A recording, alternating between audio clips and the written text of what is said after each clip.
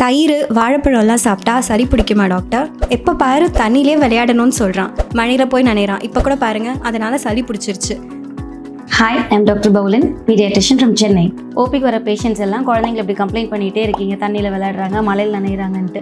Actually இதனாலலாம் சளி இருமல் பிடிக்காதுங்க.